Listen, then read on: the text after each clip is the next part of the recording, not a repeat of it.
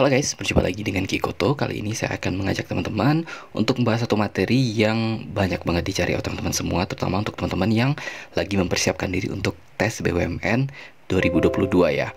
Jadi kali ini saya akan mengajak teman-teman untuk bahas soal-soal, prediksi soal lah tepatnya, untuk soal-soal TKD atau tes kemampuan dasar dan core value BUMN tahun 2022.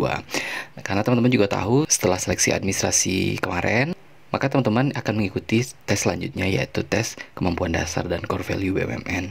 Nah, teman-teman tentu harus mempersiapkan cukup banyak materi, dan kali ini saya akan memberikan sedikit bocoran kira-kira apa-apa aja modal soal yang mungkin akan diujikan di TKD dan core value BUMN ini. Dan buat teman-teman yang tertarik untuk video ini, tonton video ini sampai habis.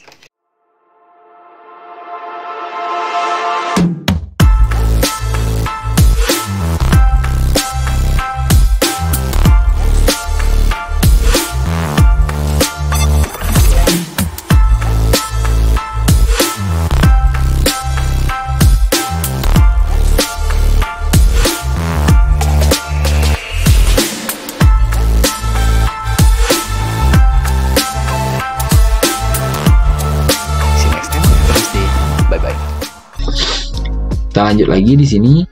Ini 3 kondisi ya. Kondisi pertama, semua anak pandai nyanyi. Ini semua ya. Sini. Kemudian sebagian anak pandai memainkan gitar. Ini sebagian, berarti pasti jawabannya bukan semua. Kemudian ada lagi, sebagian anak yang bermain gitar juga pandai meniup seruling. Kondisi ketiga. Nah, berarti di sini yang jawabannya yang benar di mana? Kalau misalnya kalian langsung lihat sekilas, langsung aja mata kalian tuju ke sini untuk lebih gampang menceknya. Jadi yang ada kata sebagian kan cuma yang E ya. Langsung aja cek. Sebagian anak pandai bernyanyi. Ya kan? Sebagian anak pandai bernyanyi, bermain gitar dan meniup suling. Nah, E ini ternyata memenuhi semuanya, karena di sini kan dia bilang semua anak itu memang pandai nyanyi. Sebagian anak itu pandai gitar.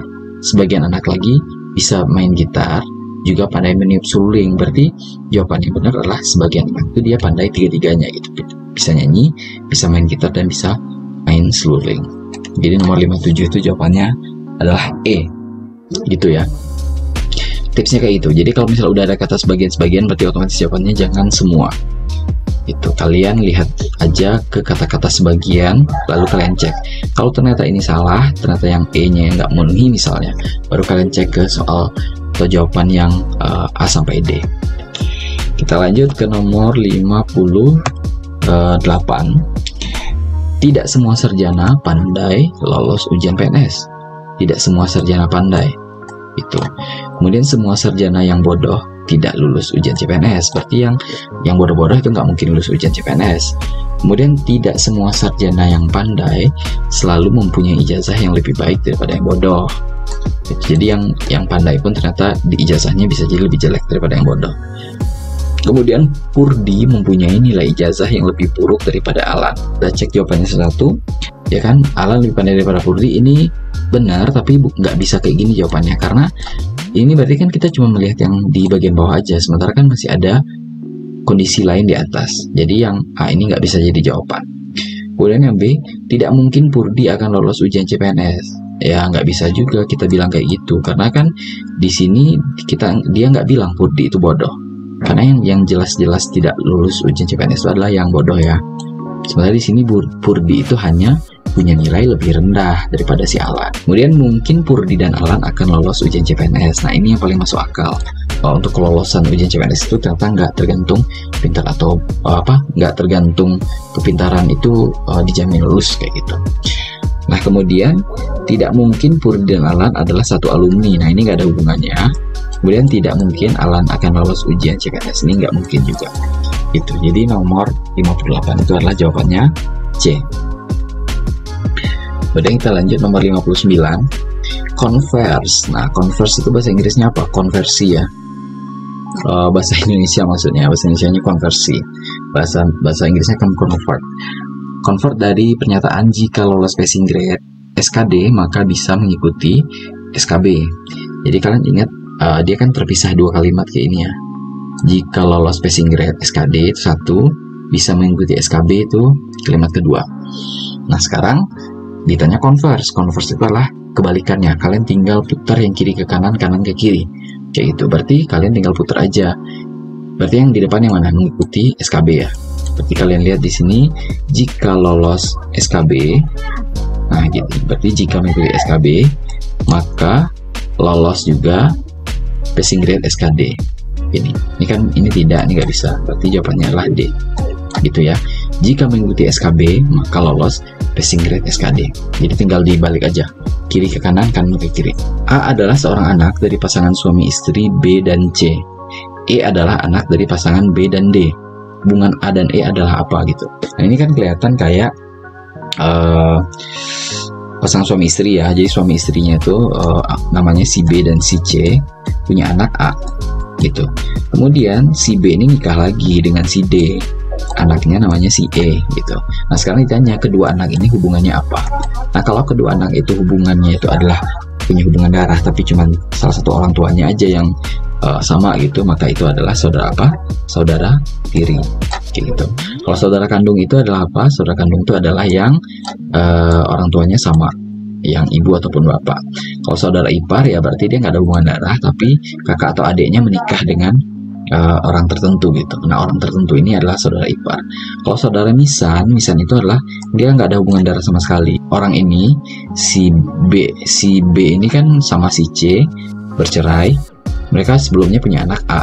Kemudian si B ini menikah dengan si D, tapi si D ini juga udah punya anak dari suaminya terdahulu atau istrinya terdahulu gitu, namanya si X. Nah si X itu adalah saudara misan dari si A. Jadi dia hanya ada hubungan karena kedua orang tuanya itu menikah.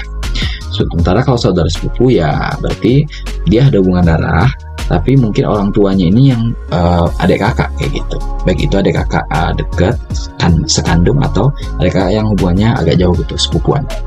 Itu jadi nomor 60 itu adalah saudara tiri ya.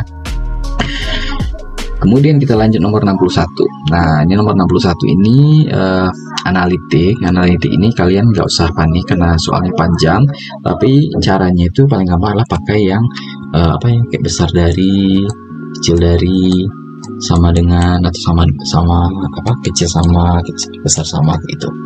Sekarang kita baca dulu satu. Prestasi belajar Tejo lebih tinggi daripada Tini dan lebih rendah daripada Tono. Tinggal kalian di sini aja. Tejo lebih besar daripada Tini. Kemudian Tejo itu lebih rendah daripada Tono, atau Tono itu lebih besar daripada Tejo. Kemudian prestasi belajar Sinta lebih rendah daripada Tejo, berarti Sinta kecil dari Tejo, atau Tejo itu yang lebih besar daripada Sinta. Kemudian sedangkan prestasi belajar Dono lebih tinggi daripada Tini dan Sinta. Dono lebih besar daripada Tini, Dono lebih besar daripada Sinta. Di sini Sinta lebih besar daripada Tini. Ini kan kata dia tetapi lebih tinggi daripada Tini. Ini kan berarti merujuk ke Sinta. Jadi Sintanya lebih besar daripada Tini. Nah, tinggal kalian urutin aja. Tinggal disisip-sisipin gitu. Kalian mau mulai dari nama siapapun boleh. Tinggal kalian sisipin. Kalau dia lebih besar berarti dia taruh ke belakang tanda lancip kayak ini. Berarti kalau dia lebih besar berarti dia ada di sini berarti ya. Tapi kalau misalnya dia lebih kecil dia ada di sini. Nah, kalau gue dimulainya dari Dono dulu. Startingnya dari Dono, kita lihat dulu Dono itu lebih besar daripada Tini. Gue tulis Tini di sini. Dono itu juga lebih besar daripada Sinta. Gue tulis di sini. Awalnya dulu ya, Dono, terus Tini, terus Sinta. Kemudian kita cari informasi lagi. Tini itu, Tejo itu lebih besar daripada Tini, ya kan? Tejo lebih besar daripada Tini.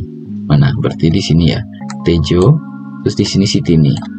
Kemudian Tejo itu lebih kecil daripada Tono. Nah, maka di sini gue sisipin Tono. Tejo, Tono. Kayak gitu. Kemudian Sinta lebih kecil daripada Tejo. Berarti Sintanya sini. Kemudian Sinta lebih besar daripada Tini. Sini. Dono lebih besar daripada Tini. Sini. Dono gitu. Dono lebih besar daripada Sinta.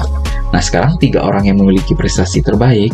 Berarti kalian tinggal lihat yang paling tinggi di antara yang ini. Kayak contoh soal ini, soalnya kayak nggak lengkap gitu. Jadi nggak benar-benar bisa berurutan semua, tapi dia bisa kayak jadi 2 urutan gitu. Ini urutan pertama, urutan kedua gitu.